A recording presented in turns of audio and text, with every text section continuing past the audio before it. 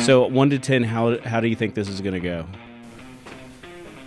What do you mean? Like you just talking by yourself? We're just going to go, yep. I think through most everything that I say publicly. Do you like it when you talk to yourself? How would yourself rate this as 1 to 10? Oh, this is going to be an 8.5. Oh, yeah? Yeah, it's going to be really good.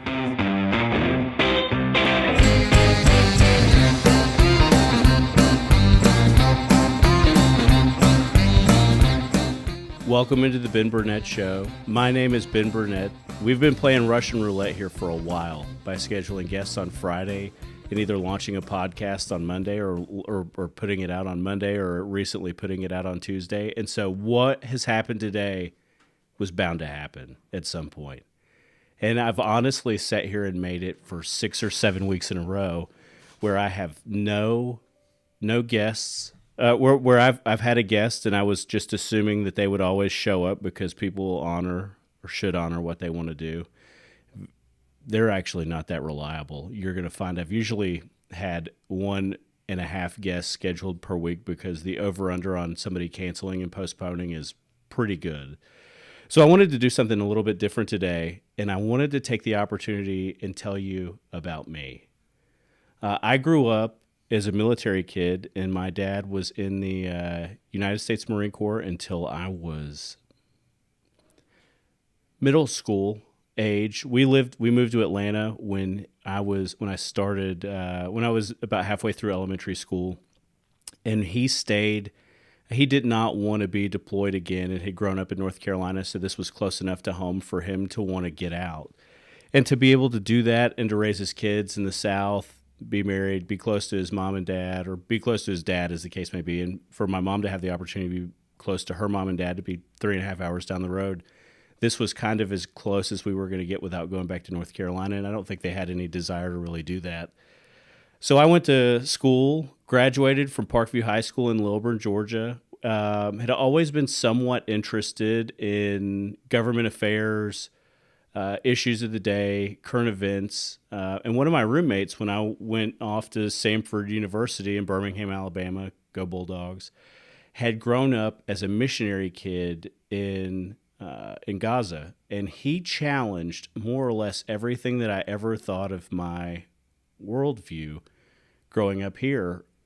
Not that I agree with him, even still one of my best friends, not that I always agree with him, not that I always disagree with him. He's very staunchly liberal, but practical. He definitely grew up under the pretense that the United States was not always on the right side of history over the last 250 years. And as I spent more and more time with him, I realized that not everything he thought was insane. And as I started to travel around the world for myself, I started to see you don't necessarily believe everything that you are told. The things you think today, that I think today as a 36-year-old, are not the same things I thought when I was a 16-year-old, and they shouldn't be. But he challenged me in a bunch of ways, not to change my point of view, but to figure out why I felt a certain way and be able to articulate it and defend it. And he is the great mastermind. I get made fun of all over Alpharetta for saying marketplace of ideas. And the marketplace of ideas is just that, the most pure form of competition is literally competing over ideas, competing over a way of life, competing over your thoughts, and the best idea generally wins in a meritocracy. And so I believe that we, in Alpharetta, one of the things that when I decided I had sat on the rec commission board, and really that was the first time I dipped my toe into anything related to public service, and that was a lot of fun. When I'm long after I'm done with my career in public service, I would want to go back and sit as a guy who had a full understanding of how a municipal or a county government worked, and then go sit on a board and know that that's the beginning part of where the sausage gets made. And I think it's really important to look, when you look around any city or any county, there's about 60,000 people that live in Alpharetta, and there's about 300 that choose to be involved in the inner workings. At any one time, the number of people who you go to for your information is just very small. And so to be able to learn and meet who some of these influencers are around the city is really interesting, because Alpharetta has 60,000 residents. And then, on any given day, there's another 125, 150,000 people, depending on the day of the week, depending on how many people are in hotel rooms and that sort of thing. So it really is a wonderful place to sit here and live, because you have the opportunity of letting your business economy pick up a lot of the slack. Taxes here are lower than they are in many other parts of North Fulton. On the weekends, you can definitely tell that Alpharetta is a bedroom community. On weeknights, it does not feel like that at all. When you go to some of the hotels, and these people come in from literally all over the world to do business here. I can't tell you how many times I'm going to have a data center conversation with somebody else, and it'll eventually come out that I sit on a city council here, and everybody knows where it is. And so I think that's really, really interesting. And what got me interested in potentially, running for public office was just watching how things happened. I didn't necessarily disagree with the outcome. I disagreed with process. I disagreed with how decisions got made. I disagreed with how the public was circumvented. And as I've sat here now for a year and a half, that's the whole drain the swamp mentality that you saw the president run on several years ago, is because every day I sit in elected office and I get emails from residents, and I strive to only read those maybe 3 or 4 days a week, because I don't ever want to get so engulfed in the inner workings of how a city government works that I'm anything but a board of directors. I don't want to get in the way of what a right-of-way needs to look like. I don't want to get in the way of what a turn lane needs to look like. I don't want to get in the way of what community development needs to do with their permitting applications, with zoning. I really just like to sit up there, get to know a project, whatever that project may be, and vote accordingly.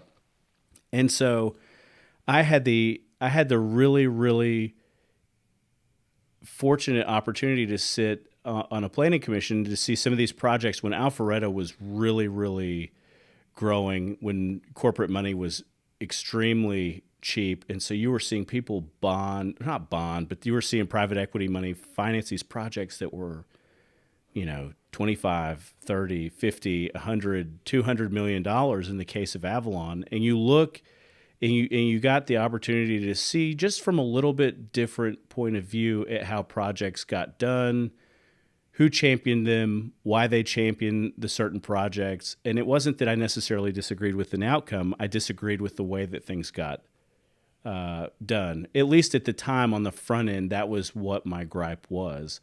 When you sit here today, you get desensitized to some of it when you sit in the elected official chair on a dais, on a county government, in a city government, on a state legislature, in Congress, and you get immune to the arguments that the people have when they are just drinking coffee, sitting on a Tuesday morning talking about what's going on around town. And I think that so much of that is interesting, that you slowly, right, wrong, or indifferent, it doesn't necessarily, this is the primary reason that I don't check my email every single day, is I don't want to be desensitized to that.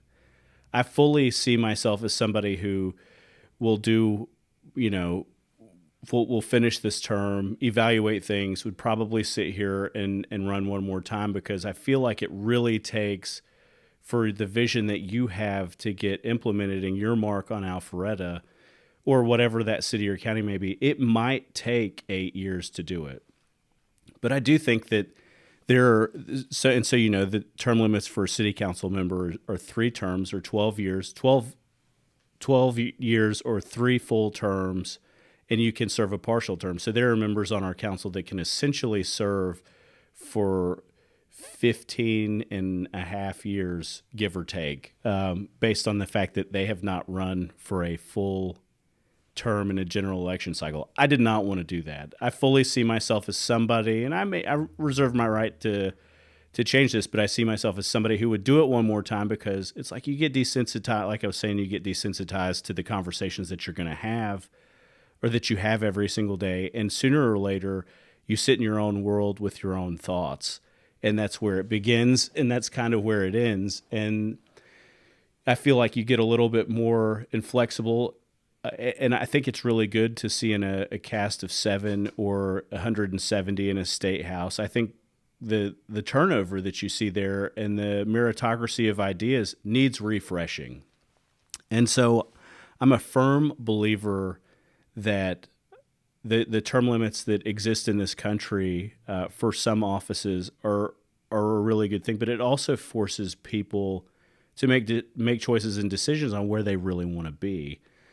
So as I sit here and evaluate, I've had the opportunity for a year and a half in my perfect world, with some of the residential development that we have seen in Alpharetta, and for sure the commercial development. We sit in a place where it's hard to say where it will land a year from now when a lot of these things are zoned and built. And Alpharetta has certainly seen the number of applications that get filed slow down. So for everybody who said that when I knocked on their door that they wanted to see Alpharetta take a break, you're seeing the market take a break. The number of applications that have come in from outside developers that wanted to do business in Alpharetta has slowed down tremendously since the year and a half that I've been here. And some of that may be the economy, some may be the carrying costs on capital are more expensive.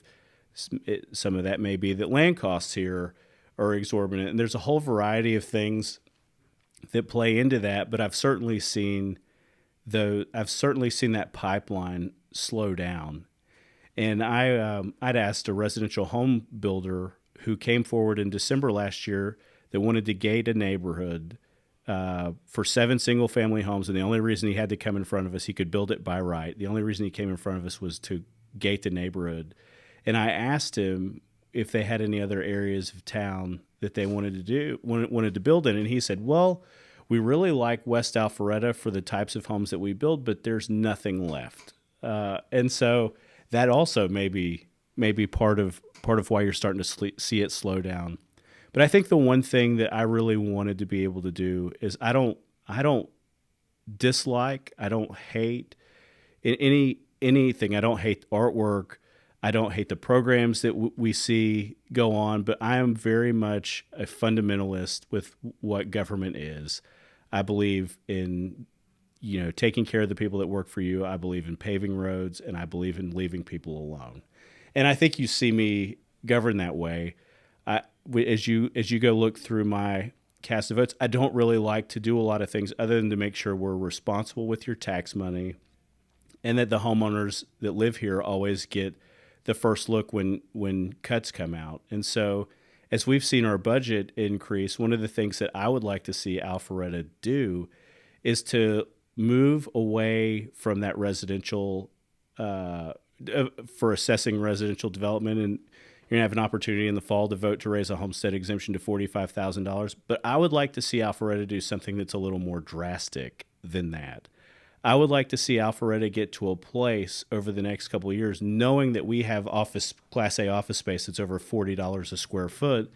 I would like to see Alpharetta get to a place where if you live in a home that is $500,000 or less, I would like to see those people pay no property taxes from the city at all, because you still pay sales tax. The odds are, if you're in one of the older neighborhoods over here, is that you will have less to keep up with, and seeing that those people tend to be on a fixed income. So when you look at $500,000 or less, to me, that's right over the median income, median price point in Alpharetta. And you'll have to adjust the millage rate accordingly. And I would like to be the catalyst or the person who sat here and made the decision to shift from taxing your residential tax base like we do to commercial. And there may be plenty of people that disagree with that, and that's fine, but that's ultimately what I would like to be able to see for the city. I do think that it's difficult if you've got a 70-year-old married couple on a fixed income, sitting them watch their property taxes go up. I think that it's a noble goal to be the community that chooses to take care of them by choosing to assess your taxes in other ways. If you can afford to pay $42 or $43 a square foot for office space, you can afford a 20% increase in your corporate taxes.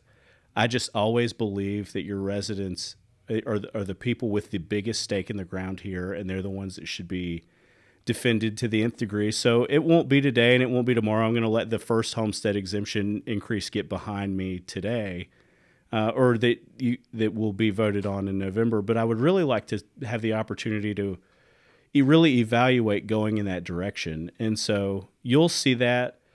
You'll see those conversations start to take place. And I think that it's a really noble goal. One of the things that I'm really proud of is that there's nobody that makes less than $16 an hour with the city today. And I don't care if you're paving potholes. If you live here and you've got a budget in the tens upon tens of millions of dollars with T-Splosh money, it's over $100 million a year budget, and you can afford with a AAA credit rated to pay people with a dignity of wage. And I don't think anybody sitting here, I don't care what you do, if we're sitting here with that kind of abundance of riches in our tax base, we should be taking care of people. And I was really glad to see us do that. I think that when I'm done being able to look at retiree health and to help subsidize health care for some of our employee base around healthcare costs, I think is something that we'll be really proud of. And the vast majority of things that I will be proud of will never have been written about in the paper. And so I think that there's so much to a daily thing. What I would leave you with is that give your elected officials the benefit of the doubt every once in a while, because what you see on Fox News and what you see on CNN and what you see on NBC is a 10th chapter in a 10-chapter book. And regardless of which side of the spectrum you sit on, if you're on the far left or the far right, we all have a lot more in common with each other as people than CNN or MSNBC or Fox News would ever want you to think. And so the building of consensus in that marketplace of ideas or a meritocracy is healthy. And I would encourage anybody out there that wanted to be involved in the city of Alpharetta or in Fulton County, know them too, email me, because we love for people that want to get involved. We love to have concerned residents. We love to be able to solve problems for you. When you ask for a meeting with me as a resident or your state rep or your congressman or your senator, you will talk to them for about 3 minutes, and the same question always comes out of their mouth: how can I help you? And so take the opportunity from me now as I sit here and ask you, how can I help you?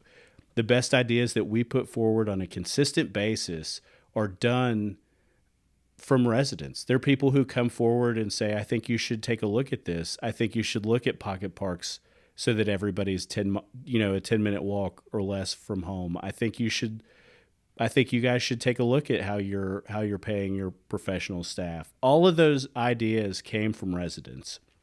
And so don't ever discount your place in this, whether you chirp at me on Twitter or email me. I know who you are.